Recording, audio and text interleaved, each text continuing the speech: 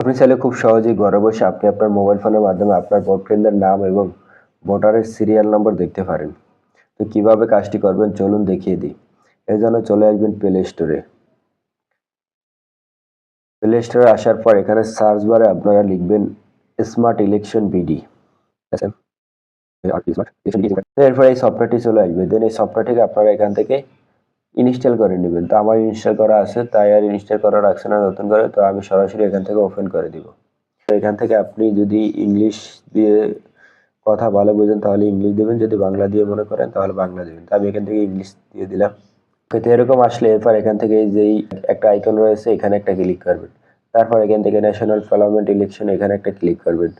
দেন এরপর এই যে verify if you are a voter for this election, তো এরপর এই অপশনটাতে একটা ক্লিক করে দিব। দেন এবার প্রথমে আপনি আপনার এনআইডি কার্ড নাম্বার এবং পরে আপনার জন্ম তারিখটা দিবেন। তো আমি আমার এনআইডি কার্ড নম্বর এবং জন্ম তারিখটি দিয়ে দিচ্ছি।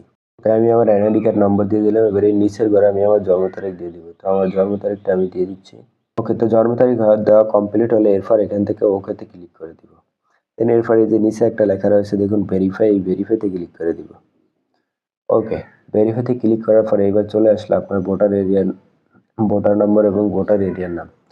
এই যে উপরেরটা হলো আপনার ভোটার নম্বর এবং নিচেরটা হলো আপনার ভোটারের সিরিয়াল নম্বর এবং এই 3 নম্বরে দেখুন দিয়ে দিছে আমার ভোটার এরিয়ার নাম এবং সবকিছু।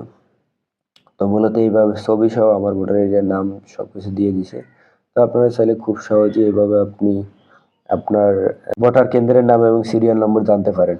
তো আজকের মতো এখানেই বিদায় নিচ্ছি। দেখা হবে নতুন কোনো ভিডিওতে। ততক্ষণ সবাই ভালো থাকবেন, সুস্থ থাকবেন। আল্লাহ হাফেজ।